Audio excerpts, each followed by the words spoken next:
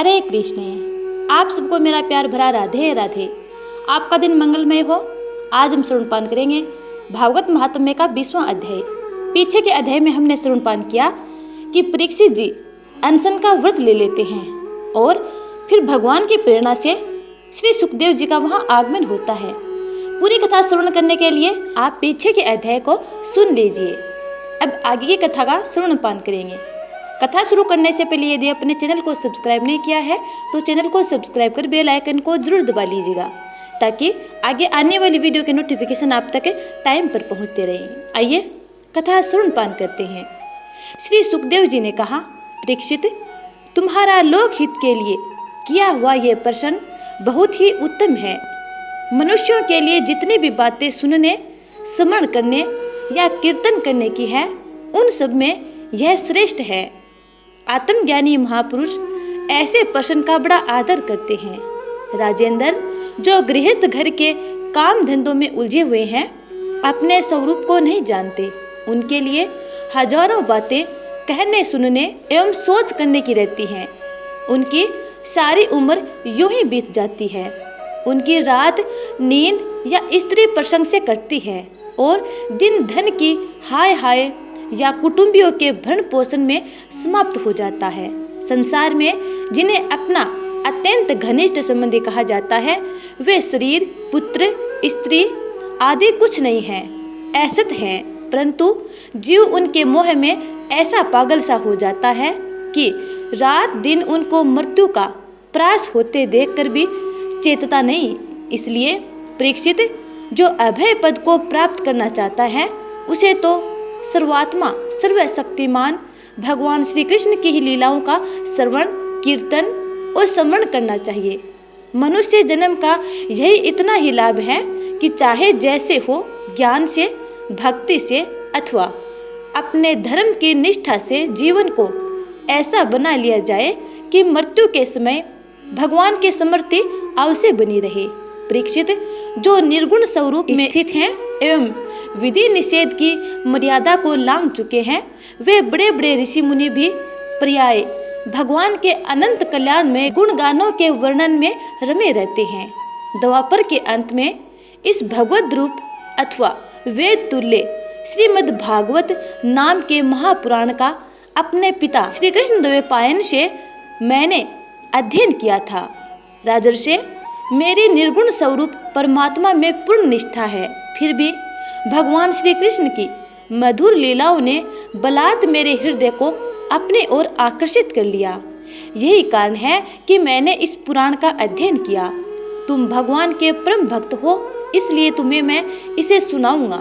जो इसके प्रति श्रद्धा रखते हैं, उनके शुद्ध चित्तवृत्ति भगवान श्री कृष्ण के चरणों में अनन्य प्रेम के साथ बहुत शीघ्र लग जाती है।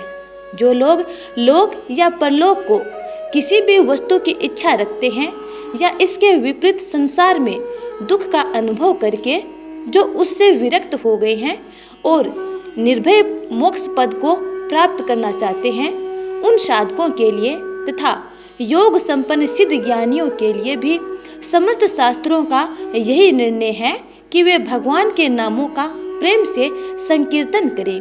अपने कल्याण साधन की ओर से असावधान रहने वाले पुरुष को वर्षों लंबी आयु भी अनजान में ही व्यर्थ बीत जाती है।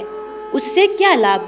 सावधानी से ज्ञान पूर्वक बिताई हुई घड़ी 2 घड़ी भी श्रेष्ठ है, क्योंकि उसके द्वारा अपने कल्याण की चेष्टा तो की जा सकती है।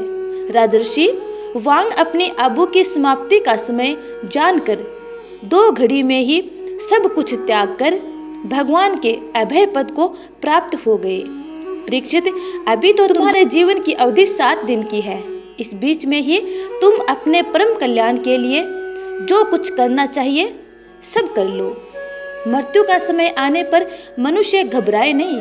उसे चाहिए कि वह वैराग्य शस्त्र से शरीर और उससे संबंध रखने वाले के प्रति ममता को काट डाले।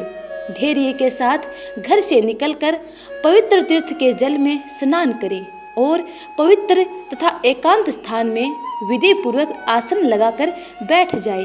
तत्पश्चात परम पवित्र उ मैं इन 3 मात्राओं से युक्त प्रणव का मन ही मन जप करे, प्राण वायु को वश में करके मन का दमन करे और एक क्षण के लिए भी प्रणव को न भूले। बुद्धि की सहायता मन द्वारा इंद्रियों को उनके विषयों से हटा ले और कर्म को वासनाओं से चंचल हुए मन को विचार के द्वारा रोककर भगवान के मंगलमय रूप में लगाए। स्थिर चित्त से भगवान श्री विग्रह में से किसी एक अंग का ध्यान करे। इस प्रकार एक एक अंग का ध्यान करते करते विषय वासना से रहित मन को पूर्ण रूप से भगवान में ऐसा तल्लीन कर दे कि फिर और किसी विषय का चिंतन ही न हो। वही भगवान विष्णु का परम पद है, जिसे प्राप्त करके मन भगवत प्रेम रूप आनंद से भर जाता है। यदि भगवान का ध्यान करते समय मन रजोगुण से विक्षिप्त या तमोगुण से मूढ़ हो जाए तो घबराए नहीं, धैर्य के साथ योग धारणा के द्वारा उसे वश में करना चाहिए, क्योंकि धारणा उक्त दोनों गुणों के दोषों को मिटा देती है। धारणा स्थिर हो जाने पर ध्यान में जब योगी अपने परम मंगल में आश्रय यानी भगवान को देखता है, तब उसे तुरंत ही भक्ति योग की प्राप्ति हो जाती है। परीक्षित ने पूछा, ब्राह्मण, धारणा किस साधन से किस वस्तु में किस प्रकार की जाती है और उसका क्या स्वरूप माना गया है, जो शीघ्र ही मनुष्य के मन का मैल मिटा देती है?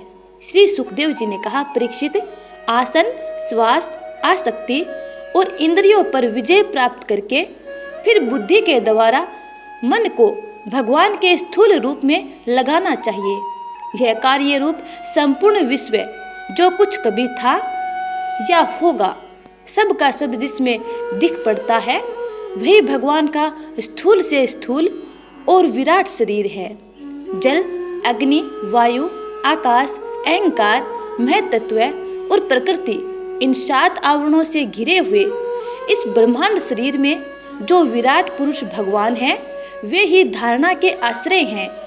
उन्हीं की धारणा की जाती है। तत्वज्ञ पुरुष उनका इस प्रकार वर्णन करते हैं, पाताल विराट पुरुष के तलवे हैं, उनकी एड़ियां और पंजे हैं रसातल, दोनों गुल्फ एड़ियों के ऊपर की गांठें महातल है, उनके पैर के पिंडे तलातल है। विश्व मूर्ति भगवान के दोनों घुटने सूतल हैं, जो तल और अतल है, पेड़ भूतल है और परीक्षित उनके नाभि रूप सरोवर को ही आकाश कहते हैं। आदि पुरुष परमात्मा की छाती को स्वर्गलोक, गले को महलक, मुख को जनलोक और ललाट को तपोलोक कहते हैं। उन सहस्त्र सिर वाले भगवान का मस्तक समूह ही सत्यलोक है। इंद्रादि देवता उनकी भुजाएं हैं, दिशाएं कान और शब्द श्रवण इंद्रियां हैं। दोनों अधीन कुमार उनके नासिका के छिद्र हैं, गंध घ्राणेन्द्रियां हैं और धधकती हुई आग उनका मुख है। भगवान विष्णु के नेत्र अंतरिक्ष हैं, उनमें देखने की शक्ति सूर्य है। दोनों पलकें रात और दिन हैं, उनका भ्रू विलास ब्रह्मलोक है।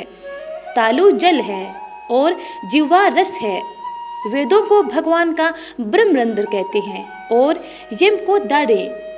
सब प्रकार के स्नेह दांत हैं और उनकी जगन मोहिनी माया को ही उनकी मुस्कान कहते हैं। यह अनंत सृष्टि उसी माया का कटाक्ष विक्षेप है। लज्जा ऊपर का होठ और लोभ नीचे का होठ है। धर्म स्तन और अधर्म पीठ है।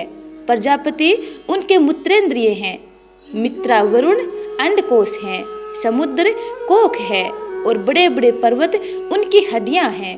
राजन, विश्व मूर्ति विराट पुरुष की नाड़ियां नदियां हैं। वृक्ष रोम हैं। परम प्रबल वायु श्वास, काल उनकी चाल है और गुणों का चक्कर चलाते रहना ही उनका कर्म है। परीक्षित, बादलों को उनके केस मानते हैं। संध्या उन अनंत का वस्त्र है। महात्माओं ने अव्यक्त यानी मूल प्रकृति को ही उनका हृदय बतलाया है और सब विकारों का खजाना उनका मन चंद्रमा कहा गया है। महतत्व को सर्वात्मा भगवान का चित्त कहते हैं और रुद्र उनके अहंकार कहे गए हैं। घोड़े, खच्चर ऊंट और हाथी उनके नख हैं। वन में रहने वाले सारे मृग और पशु उनके कटी प्रदेश में स्थित हैं। तरह तरह के पक्षी उनके अद्भुत रचना कौशल हैं। स्वयंभू मनु उनकी बुद्धि है और मनु की संतान मनुष्य उनके निवास स्थान हैं। गंधर्व, विद्याधर, चारण और अप्सराएं उनके षड्ज आदि सवरों की समृद्धि हैं। दैत्य उनके वीर्य हैं। ब्राह्मण मुख, क्षत्रिय भुजाएं, वैश्य जंघाएं और शूद्र उन विराट पुरुष के चरण हैं। विविध देवताओं के नाम से जो बड़े बड़े द्रव्यमय यज्ञ किए जाते हैं वे उनके कर्म। परीक्षित, विराट भगवान के स्थूल शरीर का यही स्वरूप है। सो मैंने तुम्हें सुना दिया। इसी में मुमुक्षु पुरुष बुद्धि के द्वारा मन को स्थिर करते हैं, क्योंकि इससे भिन्न और कोई वस्तु नहीं है। जैसे सौपन देखने वाला सौपन अवस्था में अपने आप को ही विविध पदार्थों के रूप में देखता है, वैसे ही सबकी बुद्धि वृत्तियों के द्वारा सब कुछ अनुभव करने वाला सर्वांतर्यामी परमात्मा भी एक ही है। उन सत्य स्वरूप आनंद निधि भगवान का ही भजन करना चाहिए। अन्य किसी भी वस्तुओं में आसक्ति नहीं करनी चाहिए, क्योंकि यह आसक्ति जीव के अधः पतन का हेतु है। इसलिए सिर्फ भगवान में ही आसक्ति रखो, अन्य किसी वस्तु में नहीं। तो प्यारे स्नेहीजनों, इस प्रकार भागवत महात्म्य का 20वां अध्याय यहीं पे समाप्त होता है। आगे की कथा जानने के लिए अगले अध्याय का इंतजार करना। तब तक के लिए जय जय श्री राधे।